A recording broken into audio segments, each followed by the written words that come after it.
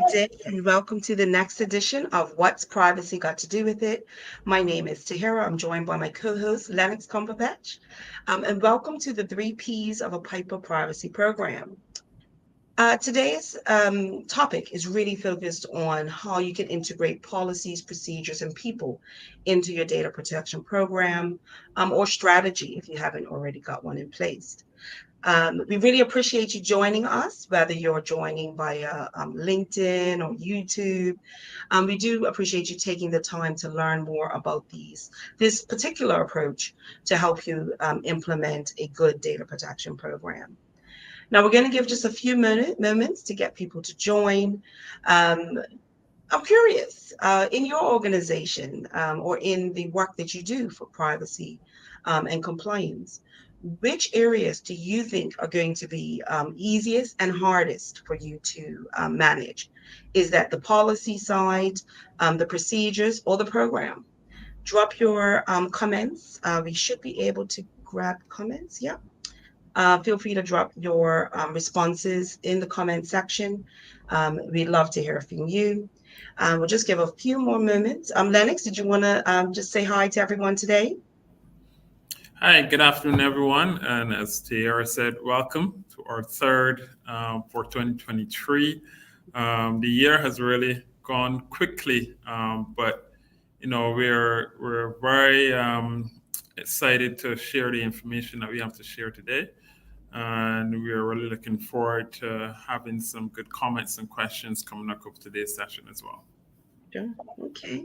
And don't forget, you can drop your comments or questions as we go along.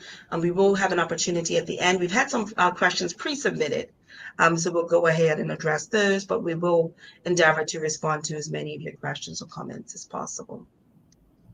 So today we're looking at the policy, procedures, people, the three Ps. One of those questions we get quite often when it comes to this is, for larger organizations, they'll say, well, we've already got compliance in place. What's so different about PIPA? I think I can address that. Firstly is the scope. So when you talk about compliance, a lot of organizations may be thinking about, AML compliance practices that they've got in place. But because PIPA applies to all personal data, so that's regardless of its collection, its usage, its storage, that scope is broader. There are also penalties. So, Lennox, do you know some of those penalties that may be in some of those other regulations, that people may have to adhere to at the moment? So if you look at, for example, payroll tax, there are various penalties that you have to pay if you don't adhere to certain aspects of payroll tax. One being if you don't file taxes on time, there's a percentage penalty that you have to pay if you don't file that on time. And then there's a huge penalty in regards to avoidance, tax avoidance. And that can also include time in prison as well. So I'm sure that there are similar penalties as well for the privacy compliance as well. Yes, so for sure. So again, there's a monetary fine. So under PIPA, Bermuda's Personal Information Protection Act, there's a fine of up to $25,000 for individuals, or 2 years imprisonment, or both, depending on the offense or breach that happened. And then for organizations, there's a monetary fine of up to $250,000. So yes, in the same way that other regulations have financial fines as well as sanctions or possible imprisonments, PIPA has a similar layout when it comes to the outcomes of a breach or an incident. There's also consequences. So, when you hear it, these are very public a lot of times, these breaches and incidents that happen. So individuals may feel that, your customers may not trust you anymore. They may not feel that you're a good vendor to do business with. Or you may find your partner vendors, have got other requirements that you now have to put in place as a result of the non-compliance. So again, you need to think about all of these different factors when you say we've already got compliance. PIPA may be a slightly different beast, especially as it deals with all data. So that could be your customers, your employees, third-party vendors, etc. And then from small businesses where they talk about, well, how am I going to do this? How can I comply with PIPA? I don't have a compliance team. I don't have anybody in place. I don't know what to do. There are already regulations, as you touched on already, Lennox, when you talked about the penalties. What practices would you suggest people think about, compliance practices, when they're thinking about, okay, how can I manage PIPA in my organization? Well, one big thing I think people should be thinking about, and I think we discussed this in a prior session, is, in terms of budgeting, how am I going to budget for PIPA, getting PIPA regulations in place? One of the other things we have to think about, and we are going to probably expand on this a little bit further down, is who are going to be the main players, because at the end of the day, you don't necessarily have to be bringing on new people, but you can incorporate it into your existing team as well. Yeah. Mhm. All right. Okay, so as I said, today we are looking at integrating the three P's approach, which is policy, procedures, and people, into an existing data privacy program, or to help you with creating a new data protection strategy for your organization. And I think we're going to define what policy, procedures, and people, because I think it's always really important at the outset to be able to make sure that everyone's on the same page and understanding when we use these terms. And I'm going to use the analogy with cooking when it comes to policy. So I'm not that great in the kitchen. I need a recipe. I am not one of those people that can just look at a cupboard, throw some things together, and there's, this masterpiece of a cuisine, right? I need directions. What type of cook would you say you are, Lennox? Well, it really depends on what I'm cooking. If I'm cooking, let's say a traditional dish, Caribbean dish or Barbadian dish, a lot of times I'm able just to throw it down, as we call it. But most times, if I'm cooking something I'm unfamiliar with, I do need those instructions and that recipe in order to go by. Yes. Yes, exactly. So policies and organizations should be they should have clear principles, rules, and guidelines that lets individuals know how ongoing data protection is achieved, right?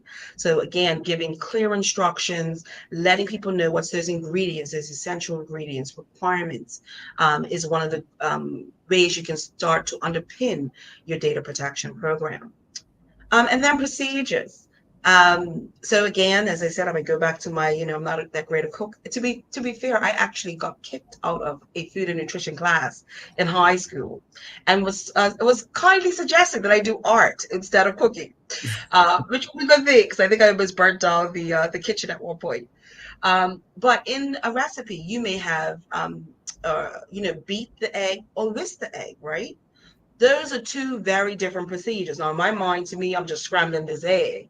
But in the cooking world, they have very different meanings. So in data protection, it's very similar.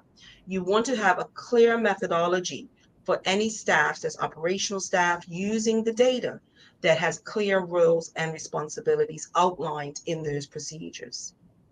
Yep, that's correct, Tahira. And just to define or make it a little clearer between, because some people use these two terms Mhm. interchangeably, policies and procedures, but they're actually two different things. You can have a policy that is sitting there, but you definitely need to have a procedure to determine how that policy is going to be implemented and applied to your organization, rather it be an accounting policy, and then you have to have an accounting procedure to determine how that is going to be implemented, or another operational type policy and procedure that you need. Yeah. Yeah. Okay. And then finally, people. So TLC, we've been doing data protection in Bermuda since 2019. And I know when we first started, it was really difficult to people to understand that they have to train their staff. They have to do something about culture. They have to do something about the people. So a lot of them are like, well, no, just can you give us some policies and procedures and put in place a program? Those companies that took that approach a few years ago have now come back. We're starting to see a lot of new people come, or older clients coming back and saying, okay, yeah, maybe your way works. You want to think about the people. You want to think about how you're going to embed privacy and secure data privacy and security by design and default in your organization. And when we talk about people, it's not just, the employees. We want to talk about full-time staff, temporary staff, part-time staff, interns, subcontractors, anybody, everyone in the organization who is using personal data, whether it's temporarily, full-time, again, they need to understand what this means in the organization and the program and procedures that you've put into place. And with people, it's all about training, culture, and a commitment by management. I would say with 99.99% accuracy, I can say whether an organization is going to be successful with their data privacy program and protection program based on these three things. Have they done adequate training? Do they have ongoing training, right? It's not just a one and done. Are they doing things in the culture, in the everyday work that they do to embed these principles of data protection? And is management committed? And management commitment, I know we'll talk to in a few moments about leadership. When it comes to commitment by management, you need to demonstrate to your staff, if you're a manager or you have responsibilities for a team, you need to also demonstrate that you're following the rules that's been set out by the organization. Yep, definitely. And one of these things, I think, in terms of showing or demonstrating that you are being the leader, it has to do with setting that example.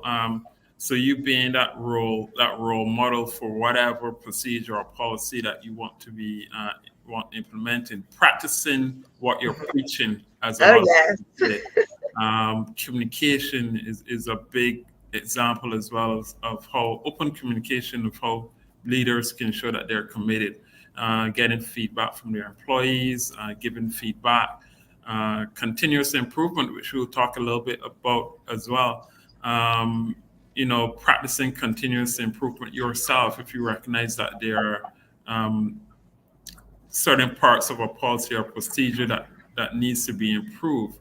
You taking the initiative to do that rather than waiting on some person to come and identify, okay, this is a deficiency that needs improving, and all those things. People that you're leading, they're looking at these things, and they're going to mirror what you're doing. Uh, Mhm. so it is all about setting that example, and as I said, being a role model for whatever policy or procedure that you're looking to implement as a leader. Yes, for sure. So we're going to start with policies. So really, we're going to be looking at giving you a few recommendations, cautionary notes, and advice around policy implementation. Um, Writing a policy is not going to lead to a robust culture of data protection. Writing a policy is not going to ensure that data is being safeguarded in your organization. It's really about how you implement it, how you make sure that it's an effective implementation will help determine whether your personal data is kept safe and secure in your organization. And I'm going to give it over to Lennox in a few moments because he already started talking about some of those things around leadership commitment. Um, the actions and behaviors at the top really set the tone for how people will treat personal data in the organization. So, if you've got a manager that is lackadaisical when it comes to their devices, when it comes to a clear desk, even when it comes to just talking, maybe on the phone or in a lunchroom or something like that, a meeting about personal information that shouldn't be shared with other individuals, that is going to set a tone that we don't care. Privacy and data protection doesn't matter in our organization. So again, you want to, if you are in a leadership role or if you're in HR and you want to help identify leaders to help with data privacy program management, um, Lennox, do you have a few ideas that you could maybe share with those individuals for them to demonstrate good data protection practices? Yeah, so I mean, I can use a couple of examples. For example, moving away from your desk and leaving your computer on lock. As a leader, I think each and every time you move away from your desk, especially if it's going to be for an extended period of time, it might be a little inconvenient sometimes, but lock that computer. People have access to computers. People can pop into your office or pop by your desk, and they can see some personal information that you're not supposed to be sharing with your team at large. And a lot of people also believe that if you're working in the same organization, you should be privy to all information. That's not necessarily so across all organizations. There's some information that you as a leader might be privy to, but the remainder of the team might not, or just a few members of the team might be. So locking that computer is very important. Um, Also, some other things that people can do as leaders to demonstrate their commitment to policies is basically that continuous looking to continuously improve the policy or procedure that you have at hand, not just statically auditing that policy, let's say every year, but have some mechanism in place that you can continuously identify deficiencies or weaknesses in the policy and immediately take corrective actions as a leader. So those are two pretty simple examples I can give in regards to showing how committed you are as a leader. Yeah. Thank you very much for that, Lennox. Again, they say it all trickles down, right? Yep. Those behaviors that are demonstrated at the top will be eventually taken on by the rest of the staff. The next area with policies is around your consistent enforcement of them. Policies should be enforced to all people in the organization. We talked again about the leaders. I remember I worked for an IT manager, and he came and asked my username and password because he didn't remember what his credentials were. This is back in the old days. We used to have about 5 or 6 different logos, one for the email, one for the regular systems. And I was like, well, no, you can't get onto the email server using my credentials because then the system is going to recognize it's me. And of course, this was early in my career, and it was seen as, I'm not listening to, management. But I had identified really early on that security was important. And he attempted to take me to HR, and HR was like, oh no, she's actually following the procedures and policies that we've set out. So no one should be, if you are in the position of enforcing these, whether you're in HR, or you're in a data privacy role, you need to be consistent. But don't over enforce. That's the other issue I sometimes see organizations doing, where they may have done like a phishing exercise where they've sent out emails to everyone to see who clicks. And there's been a very negative enforcement of it, right? Sometimes people make genuine mistakes. If you're identifying those repeat offenders or there's something really severe about the behavior, then you may want to take additional measures. But again, you want to have consistent enforcement, but also have some flexibility around what happens when there is an actual issue or non-compliance with the policies and procedures that are set out in the organization. Integrating with business processes. Now, this is a big one because people were like, well, I've already got my regular day work. How am I supposed to make sure I do this, make sure I do that? There are some tools, there are some methods or activities that organizations can do to help with seamless integration of data privacy into the organization. Because you don't want it to be seen as separate. You don't want it to be looked at as a hindrance to productivity. You want data protection programs to be seen as part and parcel of using personal data, part and parcel of our everyday practices.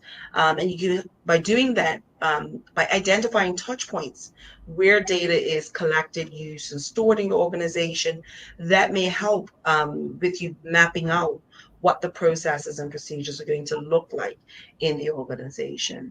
Do you have some examples, maybe, Lennox, of where you've had to integrate a new system or a new process into your existing um, activities in your organization? Yes, I have the perfect example. So we implemented here at Abacus, we implemented a practice management system, and that can be seen as an additional task above what we do on a day-to-day basis. But what we try to do is to actually make it part of what we do instead of making it seem as an additional task. Mhm. We have implemented a system that is now become part of what we have to do. So we live in that system. So most of our team in the morning, we have actually implemented our emails. There's an email module in that system as well, so that you don't have a separate email module you have to go into. So you can go into Carbon, yeah, we call it. There's the name of it. You can access all your emails via Carbon. You can tag emails that are coming from clients to Mhm. work that we have to perform for these clients on a day-to-day basis. So now Carbon, even though it's a practice management system, is a checklist, yes, to determine that we are doing exactly what we need to do, but it's not an additional checklist that you do your work, then you go and tick it off. It's actually part of your day-to-day living. So we have integrated that into our practice, and it's not seen as an additional task that each team member has to do on a daily, monthly, annual basis. Yeah, I love that example you've given, Lennox, because again, it really is. If you make it friction, if you put friction into what people have to do on a day-to-day basis, they're not going to do it, or they're going to find workarounds, right? And then that's going to obviously open potential issues where information may be going out of the organization or getting authorized by people who shouldn't have access to it. So yes, your organization has done a great job of implementing this new system. It is, we always say in TLC when we talk with people, it's a holistic approach. So being able to look across the organization, see what is going on. Don't just go top down and say, here's our policy, this is what you have to do. Really look and see, well, where is personal data? How is the staff, how are the stakeholders using it in the organization? That would lead to a better take up and use Mhm. of these new policies, as well as, again, you don't want to impact productivity and workflow as a result of a PIPA program. Yeah, and if I can add here, if you can also sell to the team the benefits Mhm. of using these or adhering to these policies and executing these procedures, I think that is a great way to get to the team members as well. It's not just saying, okay, this is what you have to do, but going a step further than that to say, okay, this is going to be the result of what you're doing. This is the benefit not just to yourself, but to the organization as a whole. And, taking that method to me allows people to really embrace, in this case, a change, a new policy or new procedure. Yeah, great.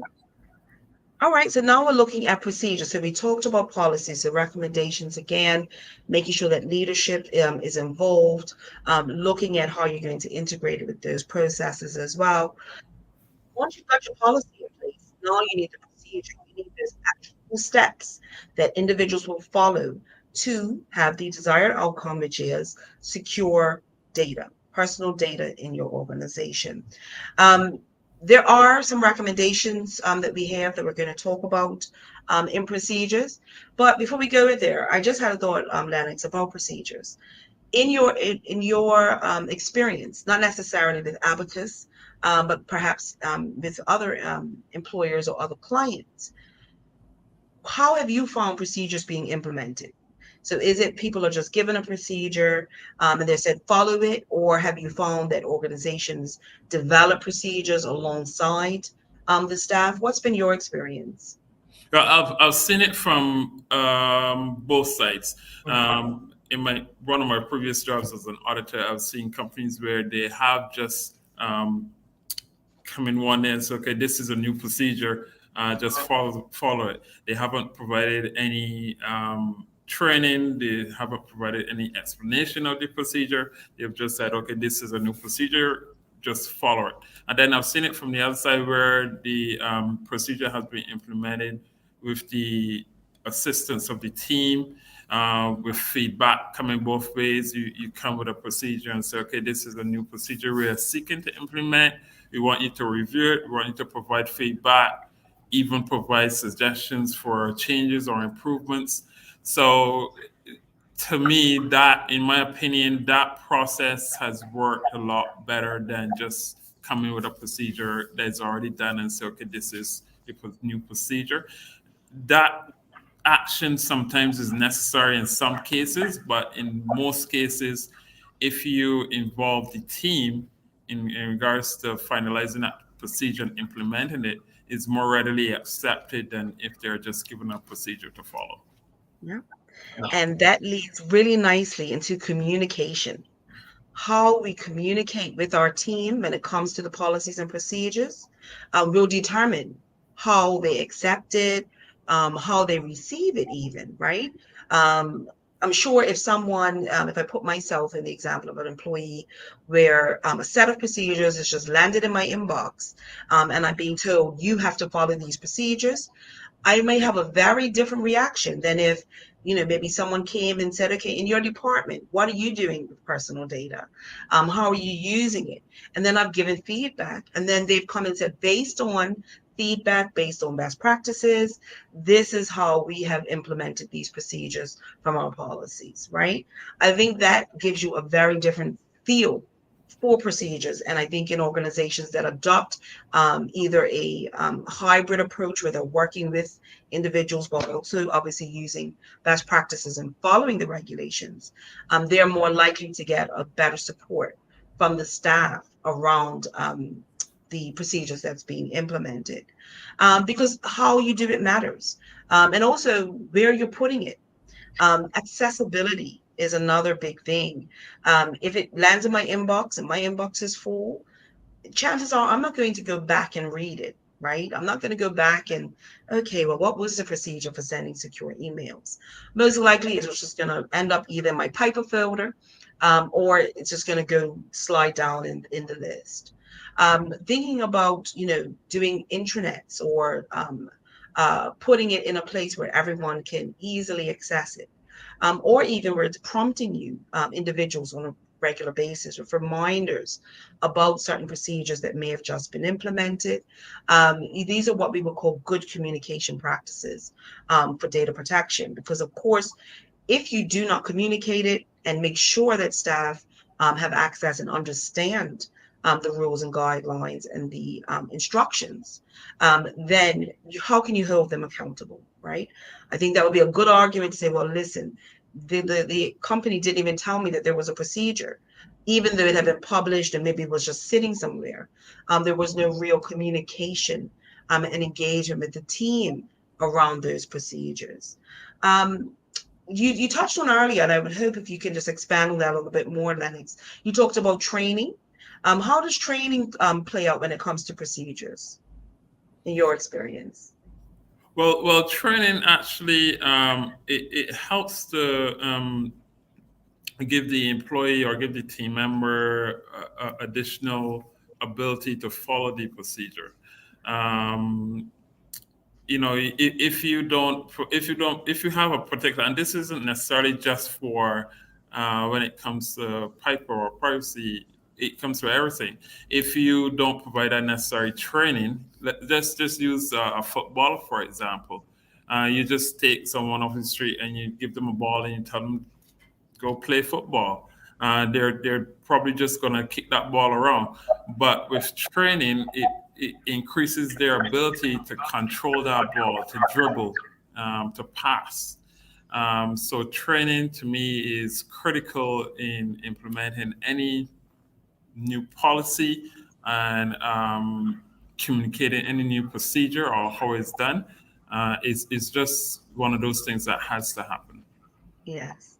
And you did say that um, the principle of training isn't something that necessarily applies just to privacy.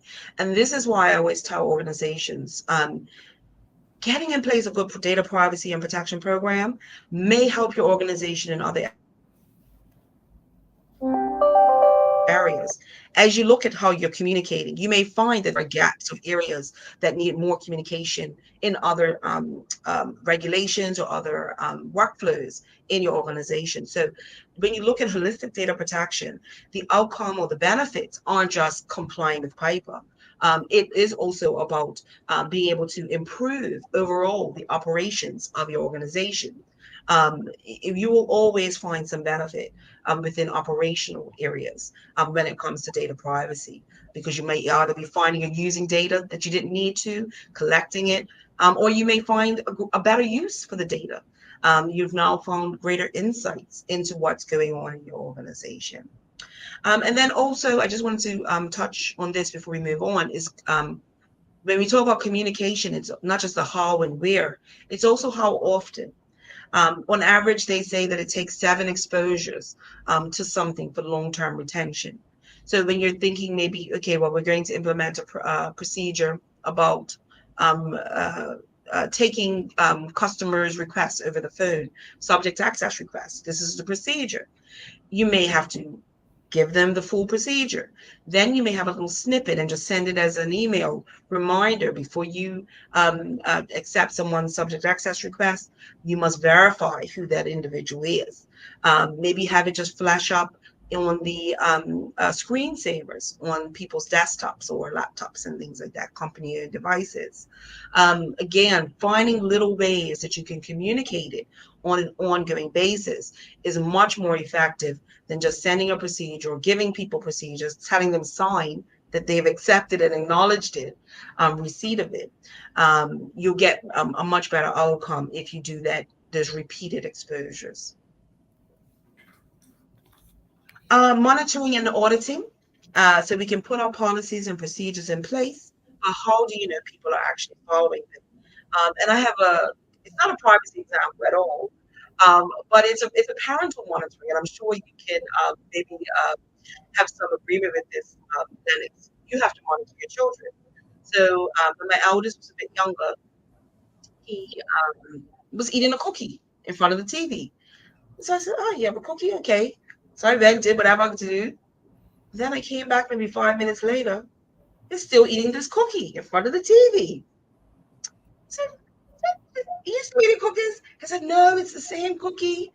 So I'm like, okay. So I went upstairs doing something else, came back down. I looked, that cookie still seemed to be the same size, right? This is a child who normally devours a cookie. So I go, what is happening with these cookies? So I said, let me go and check in the kitchen. Sure enough, open the cupboard, open the package. Half the package has been eaten. This little boy has told me it's the same cookie for 10 minutes, where he's been going into the kitchen and getting more cookies. Brilliant on his behalf, but as a mother, I'm like, okay, I'm gonna have to keep my eye on him a little more. That was Um, smart. Very smart, right? It's the same thing with PIPA policies and procedures and your program in general.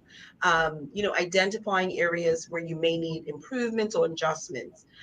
Do you want to talk to that a little bit more? Obviously, I know in your role, quite often, or your background, you would have done monitoring and auditing work. Do you want to talk maybe about some of those practices that may be helpful for data protection program limits? So one of the things that I think would be beneficial is not just to have an audit take place at certain intervals, but to have a continuous auditing going on, because it provides management with information on a live basis to make decisions, to pivot if you need to pivot sometimes and make changes to what you're doing. Um, and it just is a tool that, rather than wait until let's just look at a statutory audit, wait until year end to find out, okay, there's an omission or there's an error. With continuous auditing, you're going to pick that up even before the auditors come in, the auditors from the big four come in and give you a management letter point in some cases for that. So that's one of the tools I think people can use to ensure that their system is always functioning the way it's supposed to be. In this case, that data is being protected how it's supposed to be, and there are no breaches occurring in terms of that data being getting in the hands of people that it's not supposed to get in the hands of. Yeah. And also, when you think about your monitoring and auditing, I like that idea of that continuous putting in place ways, mechanisms that you can continuously monitor and audit. Um, and you need to think about the type of environment or the type of employee or staff you have. So if you're an organization with high turnover, you may need to increase those auditing cycles versus in a organization where they have a pretty static, they have lots of long-term staff, lifetime staff, I guess they call them. Your auditing and monitoring, could maybe be more staggered. But if you have a high turnover, or you've got, seasons where you may have at the start of the year, you end up with a lot of staff, midway through the year it goes, and then, if you're like in hospitality or something like that, where there's seasonal employment, you may want to ensure that those auditing and monitoring cycles are within the highest level. So where you've got the most staff, you want to definitely make sure you're getting some of that monitoring and auditing functions in place. Yeah. And if you don't have the capacity or the resources to have a continuous audit of everything that you're doing, use samples. And Yeah. this is how a lot of auditors operate, is that they don't necessarily look at the entire population, but they select a sample of the population to test. And I can tell you 90% of the times that sample that is selected, it has in some sort of error that auditors pick up that needs to be corrected. So using those represented samples is a real thing as well. If you're not able to look at the entire process, just look at pieces of the process continuously over the year. Yeah. Yeah, that's great. That's a really good suggestion there, Lennox. The next thing we talk about when we talk about procedures as a recommendation is putting in place a feedback loop, putting in a place that people can provide input on those procedures, whether they were involved in creating them at the beginning. Things always look very, clear at the beginning of a process. But once you're in it, now it starts to get blurry. It starts to gray. It's not so black and white. So where that procedure may have been implemented, but it just doesn't work. It doesn't, something has changed. The people, the systems, the environment has changed. So that procedure just doesn't work anymore.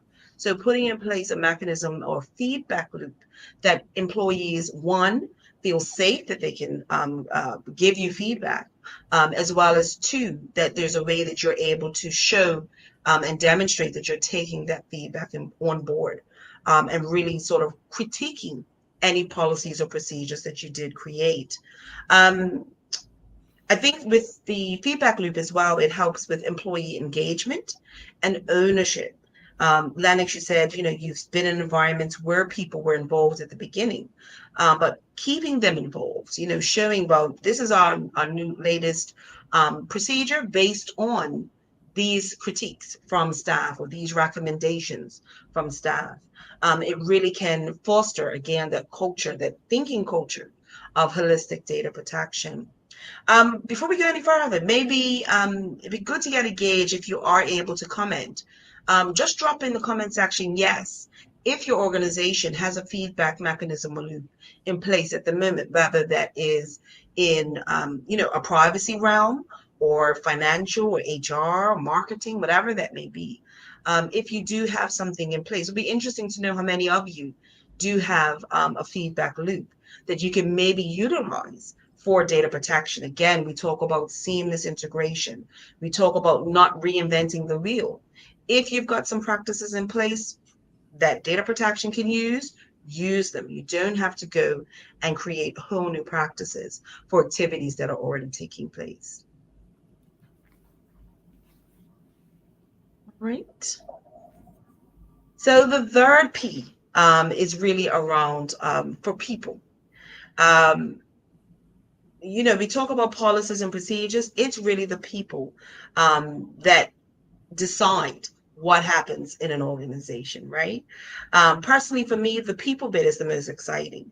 and stimulating when it comes to data protection, how we can change behaviors, how we can open people's eyes to the importance of data protection. And TLC, we really strongly believe in developing a culture, not just putting in a checklist exercise that people follow just rote basis. We really believe that data protection is a benefit to organizations who implement it in a holistic way. Um, when we talk about people, today's offices are so diverse, whether that's the people, their needs, their preferences, but also their location, the environment. You may have staff in Bermuda, you may have staff in the Philippines or Canada or Barbados. They may be all over the world. So when you're thinking about implementing a program, the policies and procedures that you're going to write and implement, you also want to think about those people and what they may require to adhere to the program that you're going to put in place.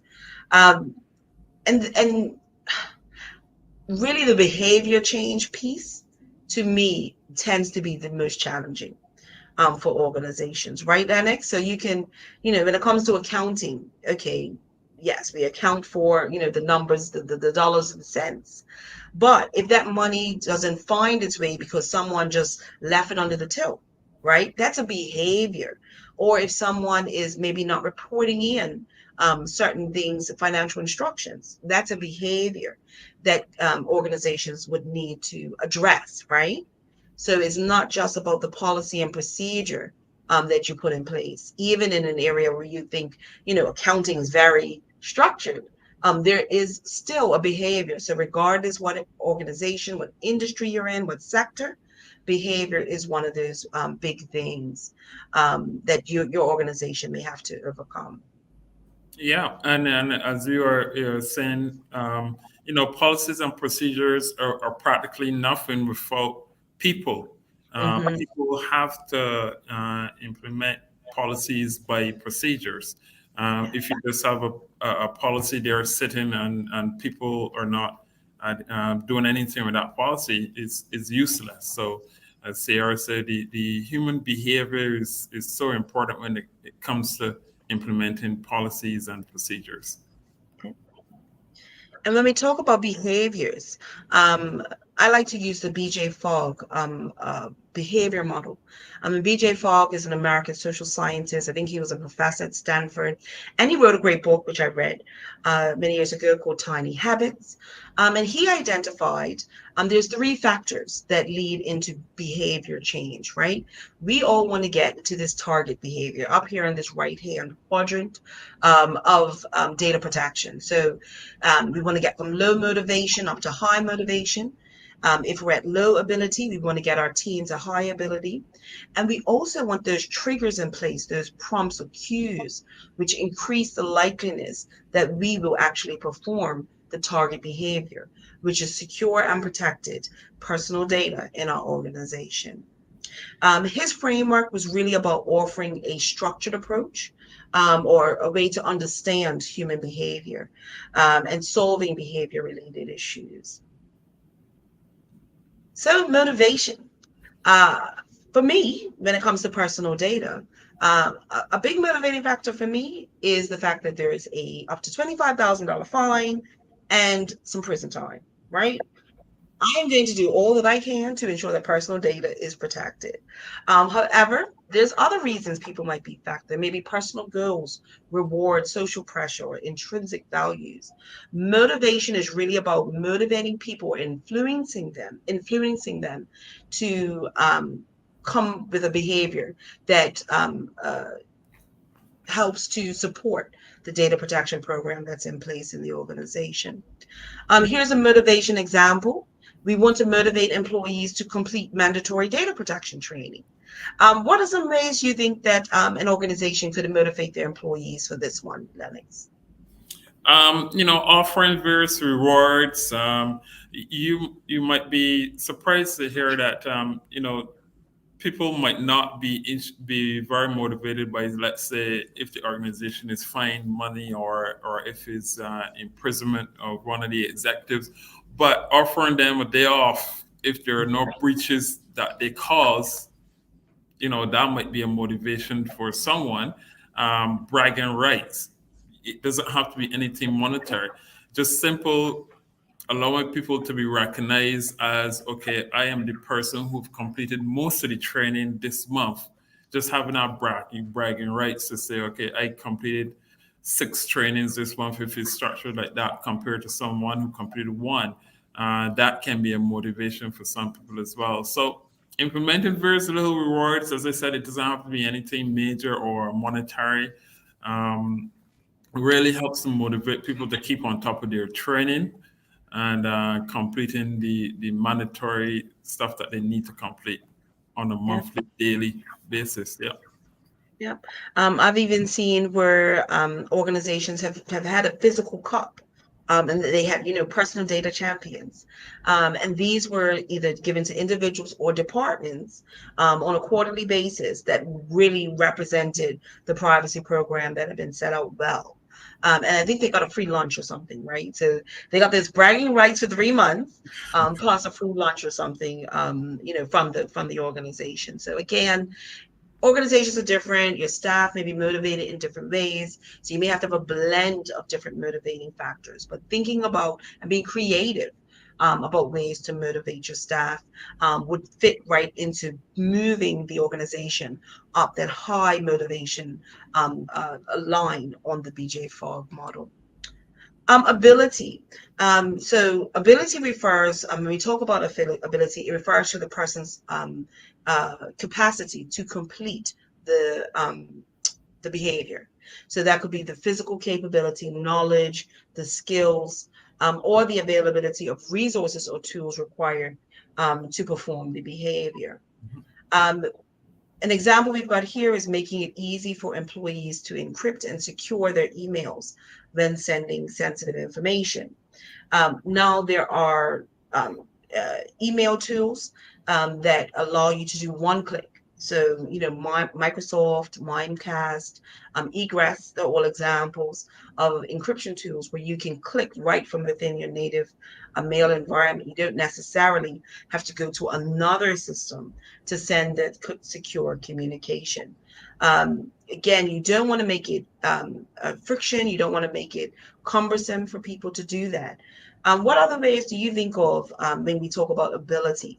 If I go back to the previous slide where we talk about knowledge, skills, and availability of resources or tools, how organizations can sort of move people along that ability line and increase their ability or capacity to be good data protection users.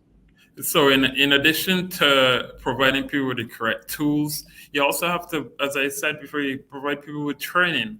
Um, let's just use a simple example that I used before of a footballer. You have a footballer who's tasked with, let's say, being able to juggle the ball 100 times nonstop. How is he going to achieve that if he can't do it now? He's going to have to train to get to that level, practice and practice, train, whatever you want to term it, to get to that level. So providing the employees with the necessary training that they need to improve their ability to do certain tasks when it comes to data protection is also just as important as providing the necessary tools Yes. that they need. Yeah. Yeah. And then finally, when we talk about prompts, those are the cues or the triggers that encourages the behavior that you want. That could be newsletters. That could be, again, screensavers. That could be physical prompts. You may have something in a lunchroom or by a trash can reminding people personal data. If it has personal data on it, it needs to go into the secure paper-based bin. Don't just throw it into a regular bin. Putting in place ways that you've got those at least 7 touches or 7 exposures to these different areas that are high risk in your organization. Because some things are not going to be a risk, right? So if you have a lot of your office is paperless, people just generally don't print, your paper-based risk may be minimal, but your device or your credentials may be higher because people may be logging in on all these different systems now to be able to stay paperless, right?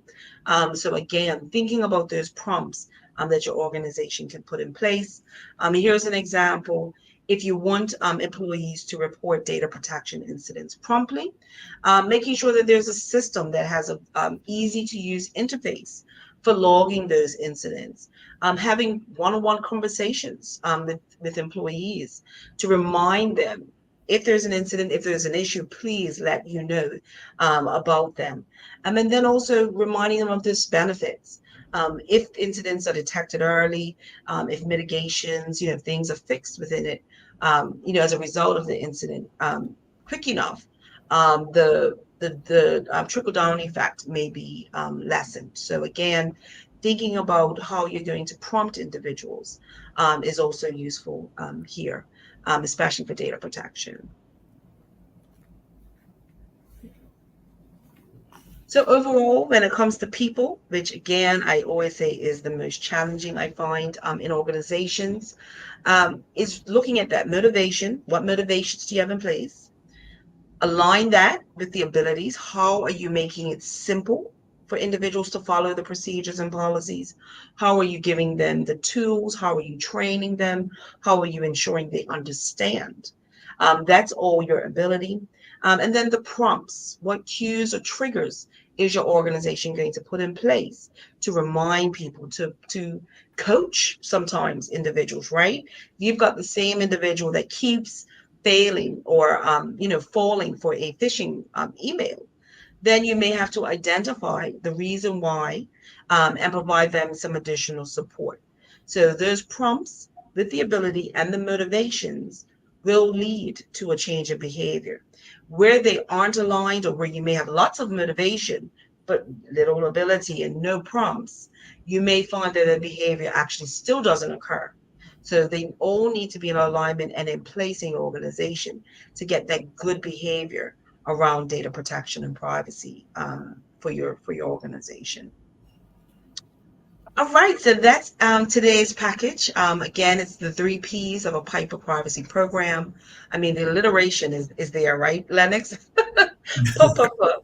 But I really, guess. we want to thank you for your time, for showing up, or if you're watching it on replay. Please feel free to share this, with your network, because we hope that it's will be informative and useful, and of value to them. Before we go though into the questions that were pre-submitted, Lennox, did you want to mention anything that may be happening with Abacus, so any other ways you're supporting the community? Not necessarily with data protection specifically, but just ways that Abacus can support individuals and organizations. Yes, so just to reiterate, what we do accounting, bookkeeping, payroll, and training, training specifically in QuickBooks training. And recently, we have been working in conjunction with the BDC here in Bermuda to offer some financial and bookkeeping training for small, medium-sized businesses.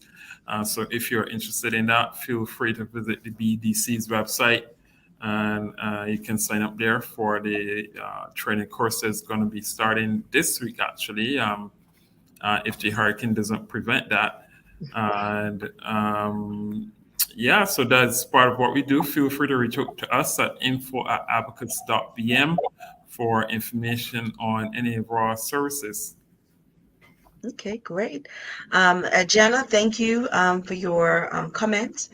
We do hope it is insightful. Sometimes, when I don't know if Lennox feels the same way, when you're just talking, right, and you're not in a room with people, and you can feel the energy and see where people are actually really tuning in, right, and showing their interest.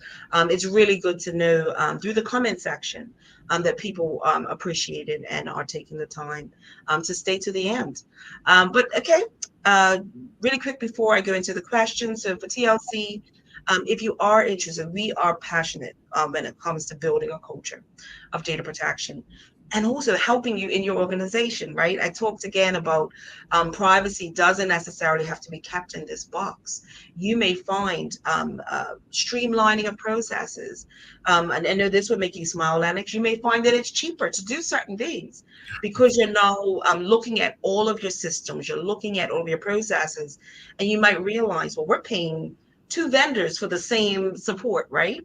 Yep. But we now have identified that through our program, and we're going to, maybe streamline a bit, or find different ways to do different things. So if you are interested in building a culture, if you're a privacy or security officer, and you want to say, well, how do I get the employees to follow what I'm setting out?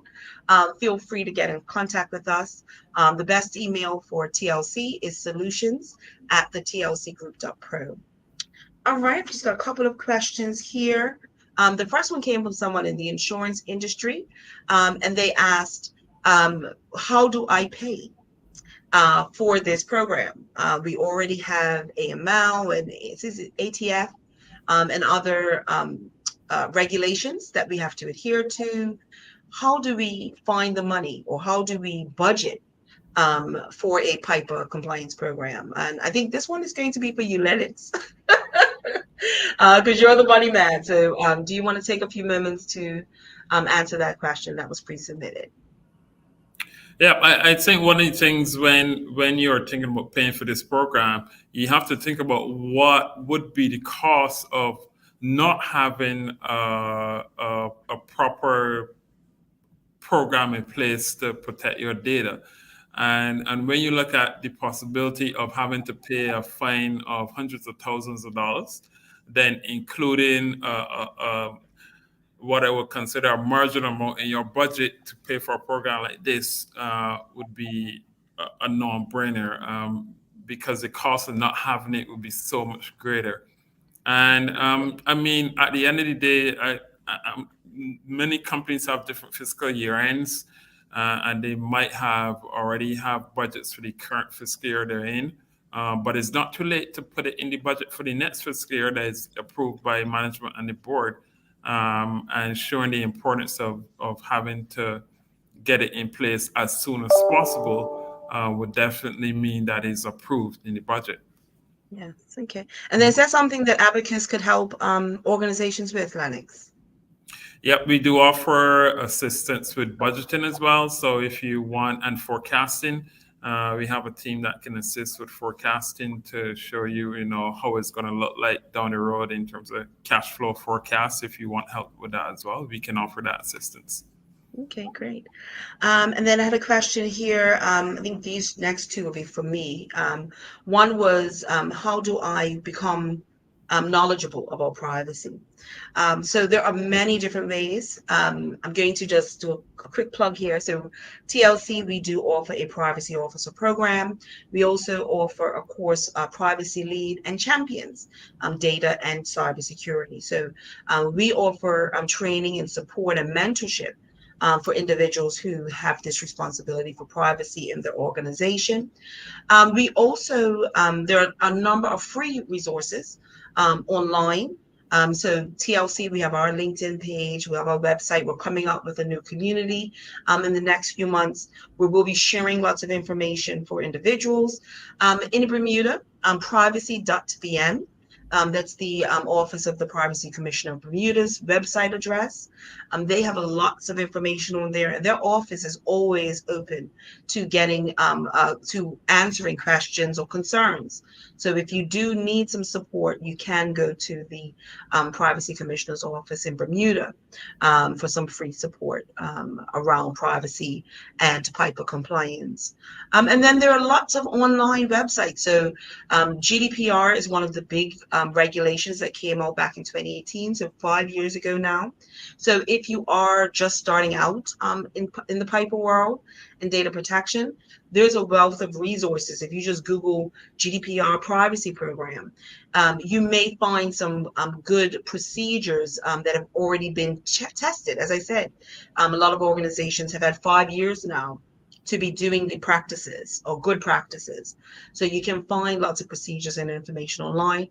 I just would caution you again, remember GDPR, the General Data Protection Regulation, or the DPA, the UK is DPA, they are different from Bermuda's PIPA. So if you are finding templates and things like that online, free resources, please ensure that you're tailoring it to the Bermuda PIPA legislation, or you can again contact the Privacy Commissioner's office and have them maybe review or just give you some advice and guidance about some of those templated type of materials you may find online.